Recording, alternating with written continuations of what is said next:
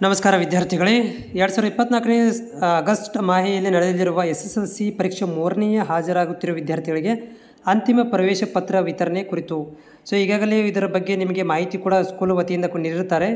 ಇದು ಈ ವರ್ಷದ ಕೊನೆಯ ಎಕ್ಸಾಮ್ ಆಗಿದ್ದು SSLC ವಿದ್ಯಾರ್ಥಿಗಳಿಗೆ ಅದರ ಸಂಬಂಧಿಸಿದಂಥ ಹಾಲ್ ಟಿಕೆಟನ್ನು ನಾಟ್ ಕಂಪ್ಲೀಟ್ ಅಂತ ಬಂದಿರುವಂತಹ ಮತ್ತು ತಮಗೆ ಅಂಕಗಳನ್ನು ಉತ್ತಮಪಡಿಸಿಕೊಳ್ಳಲು ಮತ್ತೊಂದು ಎಕ್ಸಾಮನ್ನು ಕಂಡಕ್ಟ್ ಮಾಡಲಾಗುತ್ತಿದೆ ಆಗಸ್ಟ್ ತಿಂಗಳಲ್ಲಿ.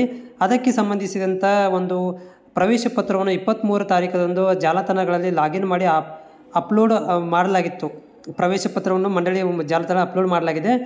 ಶಾಲಾ ಪ್ರಾಧ್ಯಾಪಕರು ಪ್ರವೇಶ ಪತ್ರವನ್ನು ಲಾಗಿನ್ ಮಾಡಿಕೊಂಡು ಡೌನ್ಲೋಡ್ ಮಾಡಿಕೊಂಡು ವಿದ್ಯಾರ್ಥಿಗಳಿಗೆ ವಿತರಿಸಬೇಕು. ಮುಂದೆ ಬರುವಂಥ ಎಕ್ಸಾಮನ್ನು ಅವರುಗಳಿಗೆ ಪ್ರವೇಶ ಪತ್ರವನ್ನು ವಿತರಣೆ ಮಾಡೋದ್ರ ಮುಖಾಂತರ ಅವರುಗಳಿಗೆ ಎಕ್ಸಾಮ್ ತಯಾರು ಮಾಡಬೇಕು ಅನ್ನೋದ್ರ ಬಗ್ಗೆ ಈ ಒಂದು ಮಾಹಿತಿಯನ್ನು ಕೊಡಲಾಗಿದೆ.